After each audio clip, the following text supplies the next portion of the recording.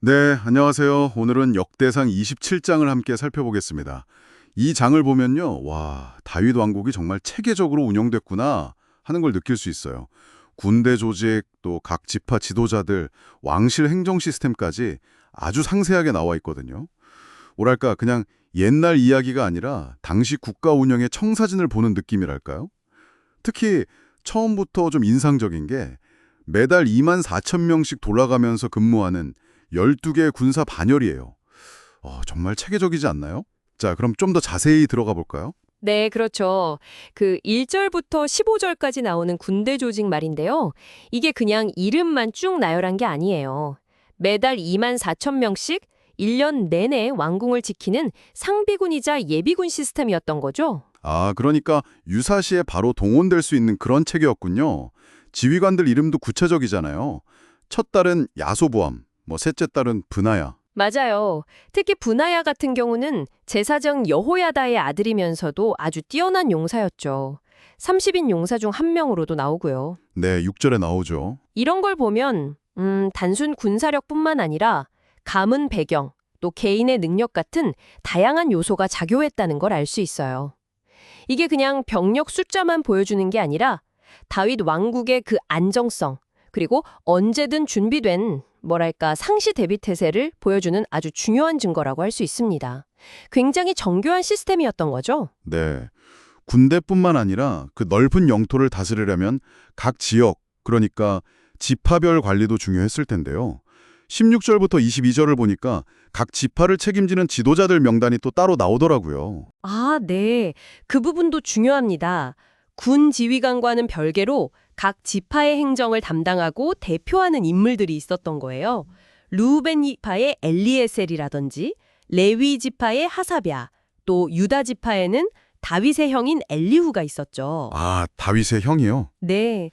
이건 강력한 중앙 통치 아래에서도 각 지파의 어떤 자율성이나 대표성을 어느 정도 인정해줬다는 걸 보여줘요. 그래야 왕국 전체가 통합되면서도 또 효율적으로 관리가 됐겠죠. 그렇군요. 특히 아론 자손의 지도자로 사독이 언급된 걸 보면 종교 지도 체계랑 행정 체계가 아주 긴밀하게 연결되어 있었던 것 같네요. 맞습니다. 분리된 게 아니라 행정, 종교, 군사가 서로 유기적으로 연결된 그런 형태였던 거죠. 근데요, 23절, 24절은 읽으면서 약간 하는 부분이 있었어요. 다윗이 20세 이하 인구는 조사를 안 했다는 거요. 하나님께서 이스라엘 백성을 하늘의 별처럼 많게 해주시겠다는 약속 때문이라고 나오잖아요. 23절. 네, 그 부분 참 흥미롭죠. 그리고 요압이 인구조사를 시작했다가 하나님의 진노 때문에 끝까지 못 마쳤고 그래서 그 숫자가 공식 기록에도 안 들어갔다고 하고요. 아니, 국가 운영의 인구 파악이 필수 아닌가요? 왜 이런 기록이 있을까요? 바로 그 지점이 다윗 통치의 어떤 복잡한 면을 보여주는 것 같아요. 그러니까 국가를 운영하려면 당연히 인구 파악이 필요하죠. 현실적인 필요가 분명히 있는데 동시에 하나님의 약속에 대한 어떤 믿음, 그리고 과거의 인구조사 때문에 큰 재앙을 겪었던 기업, 역대상 21장 같은 신앙적인 고려가 또 있었던 거예요. 아, 그 재앙 사건이 있었죠. 네.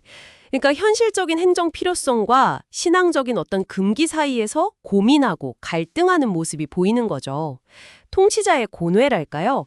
당시 사회 분위기를 엿볼 수 있는 대목입니다. 그렇군요. 자, 그리고 왕국을 운영하려면 역시 경제적인 기반이 튼튼해야겠죠. 25절부터는 왕실 재산관리 이야기가 아주 구체적으로 나오네요.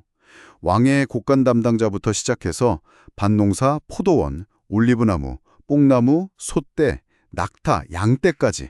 와, 정말 세분화되어 있어요. 네, 맞아요. 이 목록을 보면 다윗 왕실의 경제 규모가 어마어마했고 또 그걸 관리하는 시스템이 굉장히 체계적이었다는 걸 알 수 있습니다.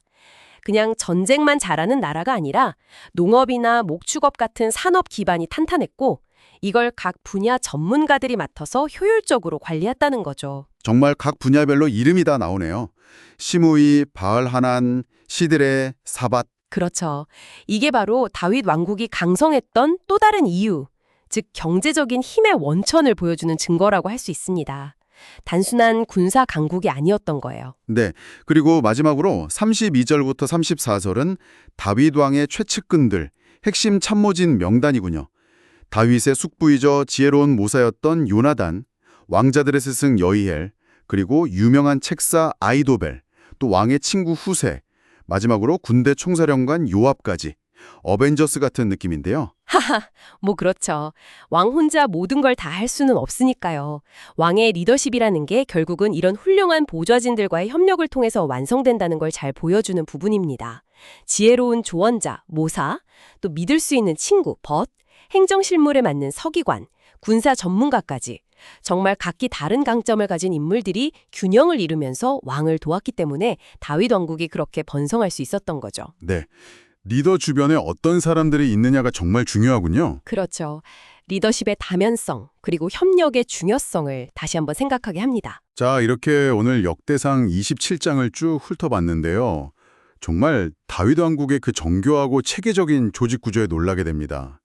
군사, 행정, 경제, 그리고 핵심 참모진까지 마치 잘 짜인 현대국가 시스템을 보는 것 같아요.